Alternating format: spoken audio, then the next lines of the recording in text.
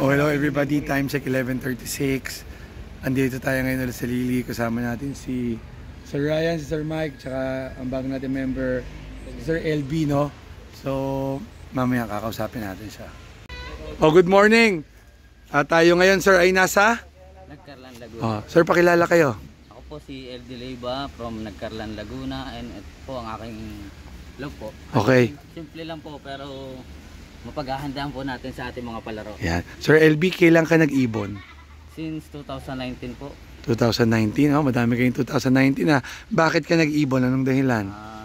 Hindi po ako sigurado po pero bigla na lang po pumasok sa aking pagkahilig na ang pag-iibon po ay malaking kasiyahan po sa aking buhay.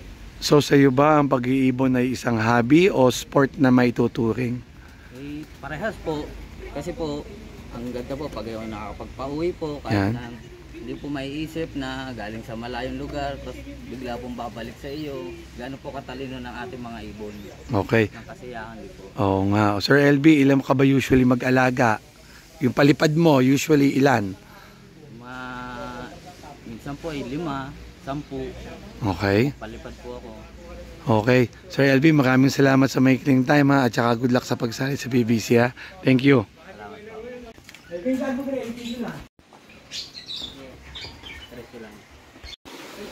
Ang ganda dito, yung pwesto ni Kuya. Literal na tabing ilog, oh. Ayan, oh. Ayan, pwedeng maligo naturally yung ibon nyo dito or uminom. Ayan. Ganda nga eh.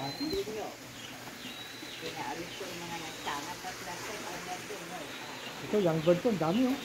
Oh, magandang hapon ulit mga kasama. Sir, pakilala ka, pangalan niyo po? Ako po si Randy Sulte ng Liliw, Laguna. Okay. Sir, kailan kayo nag-start mag-ibon? 2018 pa po. 2018? Sir, ba't kayo nag-ibon? Ba, hilig niyo ba o ano? Nung bata kasi ako, minaagaw akong kalapati sa kasalan.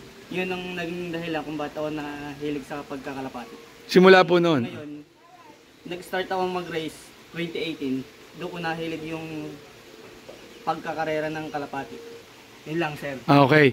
Tawag dito, so pag nagre-race ka, usually ilang ibon? Ano po, 5 to 6 pieces. Pero ngayon po, napasobra yung ating breed. Nadagdagan. Di bale, okay lang yun. And then, sa pag-race mong yan, simula 2018, meron ka bang memorable na race na yung ibon na yung nag-perform? Yung finisher lang naman po ng itong Kalbayog. Ba, congratulations. Nakapagpa-uwi po ako ng finisher ng Kalbayog. So, nasaan na ngayon yung ibon na yun? Ay, medyo nagipit po tayo na ibenta natin. Okay. O di ba, Sir Randy, maraming salamat sa time at saka welcome sa BBC. Okay po. Oo nga po eh. So, eto naalala ko nung bata ako, napakatagal na noon. Mga 1980s. Yung lola ko, pinagsisinti ko na sigarilyo. Sa ganyan, utusan ako, Metis, sindihan mo to. So, papanik ako. Kukuha ako ng uling, yung baga. Gamit ko, sipit. Nice, sipit. Tapos yun, sisindihan ko yung sigarilyo ng lola ko. Okay, mga 5 taon noon. Yan. Yan, no? So, ayan, nakala-Sir Ryan na naman kami, no? Maraming salamat ulit, Sir Ray. Masarap ang pagkain dito, kaya dito lagi tayo.